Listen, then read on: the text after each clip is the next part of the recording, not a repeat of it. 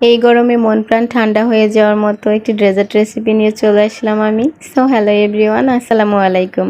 কেমন আছেন সবাই? আশা করছি আল্লাহর রহমতে ভালো আছেন। চলে আসছি আমি বরাবরের মতো নতুন আরও একটি ভিডিও নিয়ে। ভিডিওটি দেখার জন্য সবাইকে আমন্ত্রণ রইল। আজকে তৈরি করে দেখাবো সাবুদানার ডেজার্ট। এজন্য আমি চুলায় একটা পাত্র বসিয়ে পর্যাপ্ত পরিমাণ পানি দিয়ে সাবুদানাগুলোকে ভালোভাবে সিদ্ধ করে নিব। এই তো এরই মাঝে সাবুদানাগুলো আমি ভালোভাবে সিদ্ধ করে নিয়েছি। এখন চলে যাব রান্নায়। এজন্য আমি এখানে হাফ লিটারের থেকে একটু বেশি দুধ নিয়েছি আর দুধটাকে একটা বলক ওঠা পর্যন্ত জাল করে নিব। এরপর দিয়ে দিব চিনি পরিমাণ মতো। চিনি দিয়ে এটাকে কিছুক্ষণ জাল করে নিব। জাল করে নেওয়া হয়ে গেলে আমি আগে থেকেই সেদ্ধ করে রাখা সাবুদানাগুলো দিয়ে দিব। সাবুদানাগুলোকে আমি একটি স্ট্রেনারে ঢেলে ঠান্ডা পানি দিয়ে ভালোভাবে ধুয়ে নিয়েছি, যাতে সাবুদানাগুলো একটা আরেকটার সঙ্গে লেগে না যায়। তো এখন আমি সাবুদানাগুলো ভালোভাবে দুধের সঙ্গে মিশিয়ে নেব।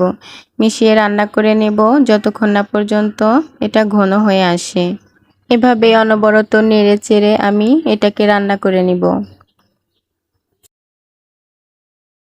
এই তো আমার সাবুদানাগুলো অনেকটাই ঘন হয়ে গেছে। এ পর্যায়ে আমি এটাকে চুলা থেকে নামিয়ে নিব। আর এটা ঠান্ডা হয়ে গেলে আরও একটু ঘন হয়ে আসবে। আমি এটাকে চুলা থেকে নামিয়ে হালকা ঠান্ডা করে নিয়েছি। এখন এখানে আমি কিছু ফল আর জেলো দিয়ে দিব।